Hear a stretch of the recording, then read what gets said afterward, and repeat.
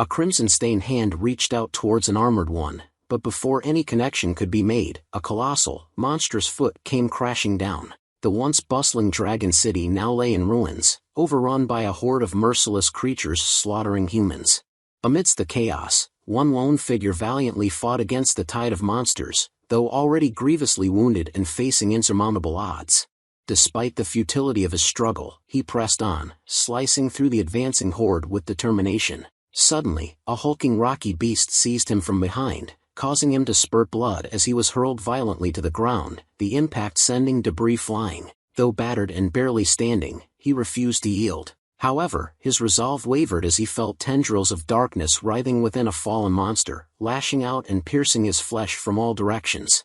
As he was lifted into the air, his consciousness fading, he whispered desperate words to his parents, lamenting his inability to save the city. With a heavy heart, he watched as meteors rained down upon the once vibrant streets, bringing about the total annihilation of Dragon City. On the other side of the spectrum, a teacher stood before his class, demanding their attention. Despite his persistent calls for them to focus, one student remained asleep at the back. Growing increasingly frustrated, the teacher scolded the class, emphasizing the importance of observing him to learn about the monsters they were discussing. As laughter erupted amongst the students, aggravating the teacher further, the slumbering student suddenly jolted awake with a scream. His name was Meng Chao, and he found himself bewildered as his classmate teased him for his sleeping antics. As he surveyed his surroundings, he questioned whether he had somehow cheated death, confronted with the realization that he had returned to his third year of school, with the national college exam looming just 50 days away. Overwhelmed by the weight of this realization, Meng Chao sank into despair, dreading the impending exam more than death itself. Caught in the teacher's glare, he recognized Teacher Yan and blurted out a question about his mortality before hastily retracting his words, claiming to still be among the living. Silence fell over the classroom, every eye fixed on Meng Chao, their former top student. One student offered him a supportive gesture, anticipating a grand funeral for him. Meanwhile, steam practically emanated from Teacher Yan's ears as he demanded an explanation from Meng Chao. Realizing the trouble he was in, Meng Chao's mind raced. With an apologetic bow so deep it sent his chair tumbling, he pleaded with Teacher Yan, attributing his behavior to a mere nightmare, though his tone betrayed uncertainty. Meng Chao recounted his dream of relentless alien invaders breaching Dragon City, resulting in the destruction of the ancient homeland. Startled awake, he shared with Teacher Yan that in the dream, it was the teacher who displayed remarkable bravery, esteemed by all as a martyr. However, Teacher Yan's sinister gaze persisted as he echoed Meng Chao's words about the city's downfall and his own demise in the dream. Clenching his fists tightly, Teacher Yan exerted such force that even the skull of the monster he held began to crumble. Recalling the dream where Teacher Yan met his demise, Meng Chao attempted to reassure him, claiming it was a painless and peaceful death, though internally, he couldn't shake the image of Teacher Yan being torn apart in seconds. Despite Meng Chao's attempt to soothe his worries, Teacher Yan dismissed Meng Chao's depiction of Dragon City's fate as absurd, shattering the monster's skull in his hand. Commanding Meng Chao to stand against the wall with a specific posture, Teacher Yan's stern glare silenced Meng Chao's question about the peculiar instruction. Undeterred, Teacher Yan probed Meng Chao about Dragon City's fate in a hypothetical scenario where it perished 50 years ago amidst plagues and zombie rampages. Reflecting on the sacrifices made by countless martyrs to reclaim territory from monsters, Teacher Yan pressed Meng Chao, questioning if humans submitted to the creatures and if Dragon City met its demise. Maintaining composure, Meng Chao asserted that humans never surrendered, and Dragon City remained intact. Teacher Yan envisioned a future where the fog dissipated, allowing their steel army to advance, spreading Earth's culture to the other world, thus concluding that Dragon City's destruction was implausible given its current state. Teacher Yan reminisced about Meng Chao's description of the monsters as goddamn savages, but he countered, asserting that Earthlings were the true ruthless beings in that world. One student enthusiastically agreed with Teacher Yan, echoing the sentiment that their planet was the most brutal, and others joined in, expressing their determination to eventually dominate the other world. However, another student stood up, acknowledging Teacher Yan's words and advocating for diligent study and rigorous training to become superhumans who could contribute to Dragon City's ascent. He urged his peers not to fear enemies but to confront them like fearsome tigers and to dismiss thoughts of Dragon City's destruction. Glancing at Meng Chao, he subtly implied that only a few were cowardly, leaving Meng Chao to wonder if he was referring to him. The student raised his arms confidently, declaring that the majority of the class shared the belief in Dragon City and Earth's inevitable triumph. In unison, the entire class joined in chanting their support, save for the one with pink hair. Among the girls, most cheered enthusiastically for their class representative, admiring his handsome appearance. However, amidst the admiration, one student remarked on Meng Chao's recent decline, noting his frequent sleeping in class. Another student sympathetically explained that Meng Chao's cultivation had gone awry, resulting in severe injuries and his subsequent fall from the top of the class to the bottom. Another student chimed in, reasoning that Meng Chao shouldn't wish ill upon Dragon City. Meanwhile, Meng Chao couldn't shake the suspicion that the class representative was intentionally causing trouble, possibly holding a grudge against him, although he acknowledged their mutual animosity. As Meng Chao recalled past grievances, he mentioned missing the college entrance examination due to injuries inflicted by the class representative. However, when Dragon City faced a formidable adversary and entered a difficult war, the class representative fled from the battlefield, pleading with the monsters for mercy and offering to divulge any information in exchange for his safety. Meng's expression turned stern as he stepped forward, his eyes flashing with intensity. With a chilling demeanor, Meng Chao addressed the class representative. The class representative couldn't help but notice the eerie change in Meng Chao's eyes, which seemed vastly different from before. However, Meng Chao responded with a sinister smile, bowing respectfully and agreeing with the class representative's admonition. He expressed gratitude to Teacher Yan and the class representative for highlighting his shortcomings, vowing to stand firm in his convictions and train diligently to contribute to Dragon City's ascendancy in the other world. With a deep bow, Meng Chao pledged his full commitment to the cause. Teacher Yan nodded in approval at Meng Chao's words, advising him to learn from Zhuaoren, the class representative. He instructed Meng Chao to go to the back of the class and assume the dragon hibernation stance until the end of the lesson. Without a word of protest, Meng Chao accepted Teacher Yan's directive. The student with pink hair looked on in horror, realizing that Meng Chao hadn't been practicing the 9 great stances recently. If he endured the dragon hibernation stance for half an hour, he might end up crawling home after school. Meanwhile, Meng Chao scratched his head, admitting that the dragon hibernation stance was a basic, outdated posture from his nightmare, and he had forgotten its exact form. His classmates overheard and began to ridicule him. One remarked sarcastically that they had thought Teacher Yan was tough, but now they believed the punishment was too lenient. Another classmate chimed in, praising Meng Chao's acting skills, suggesting they would soon find out who would emerge victorious. However, another student urged Meng Chao to drop the act and plead for mercy instead. Zhuaoren smirked, asserting that Meng Chao deserved his punishment as he was simply a troublemaker in the class. Unexpectedly, Meng Chao's grin widened. Adjusting his stance, he executed the dragon hibernation posture flawlessly, stunning everyone in the room. Even Teacher Yan and the classmates who had mocked Meng earlier were taken aback by the excellence of his performance, surpassing even Zhuaoren's. One classmate was so shocked that he coughed up blood, insisting that what he was witnessing had to be an illusion, believing that Meng Chao's attempt to appear cool would quickly falter under such strain. Meanwhile, he took the opportunity to apologize to Teacher Yan, acknowledging that he hadn't practiced the dragon hibernation stance recently, resulting in imperfect movements. He assured Teacher Yan that he would rectify this upon his return and requested forgiveness for his shortcomings. However, Teacher Yan remained silent on the matter, swiftly redirecting the class back to the lecture. Zhuaoren appeared unfazed outwardly, but internally, he seethed with anger, crushing his pen in frustration at being embarrassed by Meng Chao. Determined to make Meng Chao regret his actions, he plotted his retaliation. As Meng Chao continued in his pose, his eyes gleamed with intrigue as something caught his attention. As Meng Chao's eyes continued to sparkle with curiosity, he observed something unusual. He appeared to be gazing at a system screen before him. Suddenly, a notification appeared, indicating that the kindling had been successfully bound and the host's identity confirmed as Meng Chao, the fire relayer. Meng Chao's memory jogged back to his nightmare, recalling how a peculiar flame had surged from the heart of Dragon City and entered his body. Now, he could vividly visualize the flame within his mind's eye. Abruptly, the system congratulated Meng Chao on becoming the fire relayer of the civilization, expressing hope that he would diligently pass on the flames of civilization. Furthermore, it informed him of an initial contribution point reward of 10,000 and asked if he wished to distribute these points to enhance himself, considering his old internal injuries and lack of proficiency in basic skills.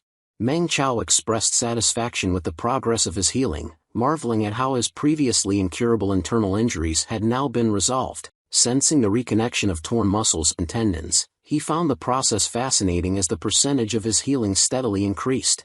Urging the system not to cease its efforts, Meng Chao was delighted to discover that the contribution points had been exchanged for various techniques. This exchange led to the restoration of memories from his past life, revealing his former strength. However, Meng Chao's joy turned to confusion when the system abruptly halted its actions. Angrily questioning the system's pause, Meng Chao demanded it to resume its operations, only to be met with a notification informing him that he now possessed only 3 contribution points, which were insufficient for further exchanges. Bewildered by the rapid depletion of his initial 10,000 contribution points, Meng Chao sought an explanation for their unexpected expenditure. Meng Chao trembled with anticipation as he pleaded with the system to elevate him to master level, offering a signed document as a gesture of indebtedness. However, the system firmly declined, emphasizing the necessity for the flames of civilization to continuously thrive, thus urging Meng Chao to contribute swiftly in order to unlock more skills and missions. Perplexed by how to earn contribution points, Meng Chao pondered his next steps. Moments later, the bell rang, drawing Teacher Yan's intense gaze towards Meng Chao. Hastily gathering his belongings, Teacher Yan announced the class's dismissal. His 3 classmates marveled at his ability to maintain the stance, suggesting its benefits for refining vitality. They speculated that Meng Chao, the former top student, was making a comeback. Meanwhile, Meng Chao's eyes grew heavy with weariness as he voiced his hunger and blurred vision. Feeling as though his stomach was melting, he contemplated whether the fire consumed his energy to repair his body and awaken his skills, concluding that he needed to replenish it himself. Suddenly, a towering figure lunged toward Meng Chao. It was Chu Shong, his best friend with the distinctive pink hair. Excitedly, Chu Shong punched Meng Chao's shoulders, prompting Meng Chao to curse as he shook him, questioning how Meng Chao had managed to master the dragon hibernation stance behind his back. Ignoring Chu Shong's inquiry, Meng Chao instead mentioned that he had forgotten his money that day, suggesting Chu Shong treat him to a meal at the tuck shop. In return, Meng Chao promised to treat him to 2 meals the following days. Skeptical, Chu Shong pushed Meng Chao away, suspecting a trick, as Meng Chao had never been so generous before. Confidently, Meng Chao smiled and reminded Chu Shong that they were half-brothers, implying that he wouldn't deceive him. Flustered, Chu Shong looked at Meng Chao intently, then playfully wrapped his arms around him, teasing that if the whole class heard about their brotherly bond, Meng Chao wouldn't dare to deny it. Later, at a food truck, someone was devouring food voraciously, surrounded by empty containers. It was Meng Chao, happily munching away. Suddenly, a large figure loomed beside him, scolding him for consuming 2 weeks' worth of living expenses in one go and challenging him to a fight. Startled, Meng Chao's eyes lit up as he realized it was Chu Shong. Without hesitation, Meng Chao swiftly slapped him with the back of his hand, urging him not to cause a scene. After colliding with a tree, Chu Shong expressed pain, tears streaming down his face, yet he denied the reality of the situation, attributing it to an illusion. With skepticism still lingering, he dashed away, declaring his intent to attend class. Meanwhile, as Meng Chao strolled along, he accidentally kicked an empty bottle, causing it to roll towards a trash bag surrounded by more refuse. Nearby, someone was diligently cleaning up the area, but their efforts were frustrated by the spillage of trash. Observing the scene, Meng Chao offered his assistance and promptly disposed of the bottle in the trash. In response, the system notified him of an increase in his contribution points by 0.01 for aiding others and an additional 0.001 for environmental conservation. Meng Chao was taken aback by how easily he had earned contribution points. A few moments later, as Meng Chao approached the staircase where Chu Shong awaited him, he was suddenly captivated by the passing girls, their elegance and beauty momentarily distracting him. Chu Shong, noticing Meng Chao's fixation, couldn't resist a playful knock on the head, questioning his behavior. In response, Meng Chao attempted to explain the profound realization that had dawned on him, the newfound appreciation for the ordinary moments of their lives and the importance of safeguarding them. Chu Shong, blushing slightly, followed Meng Chao's gaze and couldn't help but admire his friend's unabashed honesty and willingness to embrace life's simple pleasures without reservation. Chu Feixiong's tone shifted to seriousness as he urged Meng Chao to stop looking. He questioned whether Meng Chao truly believed he had killed Teacher Yan in his dream and witnessed the destruction of Dragon City. Chu Feixiong's cheeks flushed with embarrassment as he shamelessly drooled while inquiring about himself. He wondered aloud if he had ascended to the rank of a great general and fought bravely until his final moments. Meng Chao, angered by Chu Feixiong's insinuations, demanded clarification regarding the accusation of Teacher Yan's murder. He swiftly corrected him, explaining that he had merely seen fragmented scenes. With anticipation, Chu Feixiong looked expectantly at Meng Chao, eager to hear his story. Meanwhile, Meng Chao was plagued with sweat and worry, debating whether to confess to Chu Feixiong that he had served as nothing more than a frontline fighter. Additionally, he grappled with the decision of whether to inform Chu Feixiong about the impending escalation of the monster war, with increasingly ferocious creatures emerging.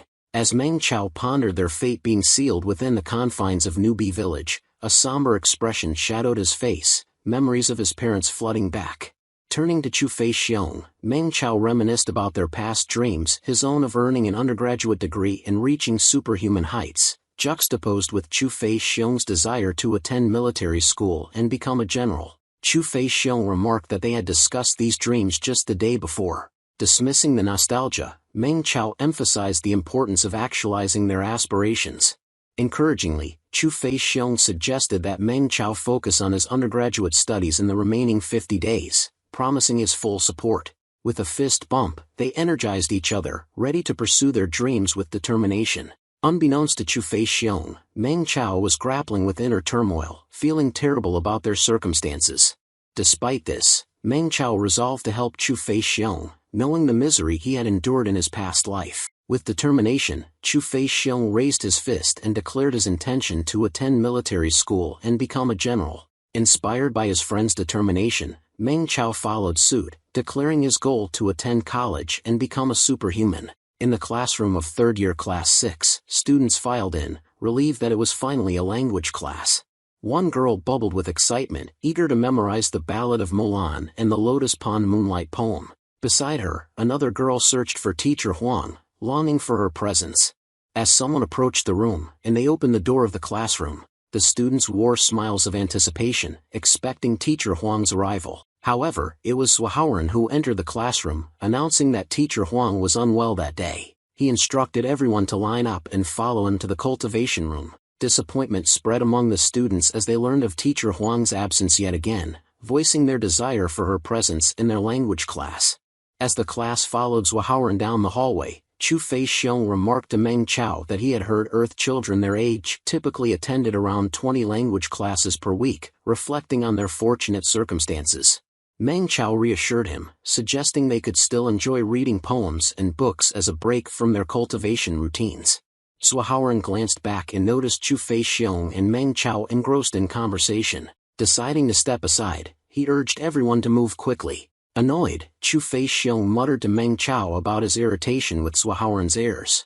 He then whispered to Meng Chao, gossiping that Swahaoran had met the requirements to join the rocket class long ago but opted to remain in a regular class to serve as their class representative. Intrigued, Meng Chao asked for the reason behind this decision. Chu Feixiong explained that it all boiled down to the training resources that the school provided to class representatives. Chu Feixiong remarked that Swahaoran's family owned a large company and had a connection with a teaching director, yet Swahaoran still competed with them, the less privileged kids, for resources. Meng Chao agreed, adding that if it weren't for Swahaoran's uncle's influence in the regular class, Chu Feixiong would have been the class representative. Just as Meng Chao was about to elaborate on the issue of resources, Swahaoran turned and glanced at them. Suddenly, Swahaoran erupted, loudly questioning why there was such a ruckus at the back, accusing them of wasting everyone's time. Chu Feixiong felt triggered because although Swahaoran didn't mention any names, it was clear he was referring to them. Chu Feixiong's anger flared, and he was on the verge of rushing forward to confront Swahaoran, ready to deliver a scathing retort. However, Meng Chao remained composed, intervening to stop Chu Feixiong. He suggested they focus on practicing cultivation first and deal with Swahaoran at a later time. Reluctantly, Chu Feixiong heeded Meng Chao's advice, though he still seethed with anger, shooting daggers at Swahaoran. Meanwhile, Meng Chao maintained a steady gaze on Swahaoran. Moments later, their class arrived at the cultivation center. Inside, they found a boxing ring and gym equipment scattered about. Swahoran announced that it was a self-study class, instructing everyone to choose a suitable training regimen to practice. Swahoran emphasized that slacking off was not permitted. In response, Meng Chao positioned himself in front of the training equipment, inwardly resolving to dedicate himself to rigorous training from that moment onward. With determination, he delivered a punch, but to his dismay, the force behind it was minimal, barely making a sound upon impact. Realizing his body still lacked vitality, Meng Chao attributed this to the energy expended by the internal fire to heal his wounds. Placing his face against the training equipment, Meng Chao contemplated how the fire had aided in his recovery and potential skill awakening, yet he remained physically weak, akin to a tank without fuel. He recognized the need for extensive cultivation resources to replenish his depleted energy stores.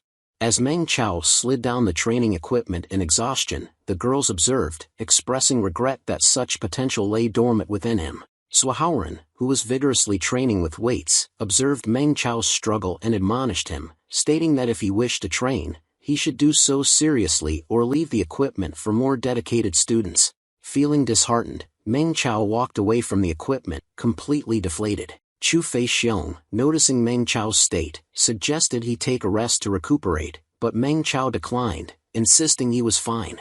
As Chu Shong began training on the punching sandbag, he remarked to Meng Chao about the importance of not forgetting the basics, noting that it had been a while since they last trained seriously together. Meng Chao remained silent, his gaze fixed on Chu Shong with a hollow expression. Sensing his friend's distress, Chu Shong questioned Meng Chao if he believed he wasn't training effectively. Meng Chao responded by advising Chu Shong against exerting force in that manner. Irritated by Meng Chao's critique, Chu Shong expressed frustration, feeling betrayed by Meng Chao's apparent indifference despite their close friendship. However, Meng Chao clarified that his comments weren't directed at Chu Shong personally. Before he could elaborate further on their technique, Chu Shong interjected, finishing Meng Chao's sentence, acknowledging that their current approach to force was indeed subpar. He accused Meng Chao of being shameless for his audacity that afternoon.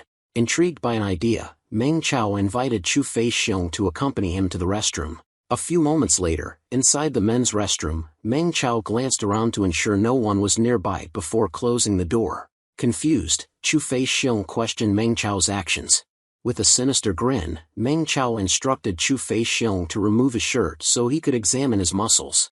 Nervous and wary, Chu Shong demanded to know what Meng Chao was up to, warning that he wouldn't hesitate to fight back if necessary. Seeing Meng Chao's fatigue, Chu Shong relented, though still puzzled by his friend's behavior. Ignoring Chu Shong's question, Meng Chao instead asked him if he ever felt as if his strength was on the verge of overflowing when he channeled reckless bull force, particularly below his ribs.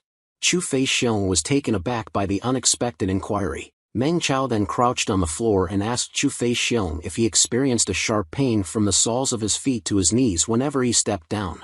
Chu Shong was taken aback by Meng Chao's insights and questioned how he knew about his condition. Meng Chao explained that Chu Shong hadn't fully grasped the essence of reckless bull force, resulting in half of its power dispersing throughout his body. Meng Chao warned that continuing to train blindly could lead to conditions like osteoporosis. Suddenly, Meng Chao was surprised when Chu Shong grabbed his feet, pleading for assistance. Meng Chao instructed Chu Shong to channel his force again to demonstrate. With renewed determination, Chu Shong complied. Moments later, excitement erupted from the men's restroom as the two emerged. Chu Shong's eyes gleamed with excitement as he shared with Meng Chao that he felt a significant increase in his ultimate punching power, estimating it to be at least 3%.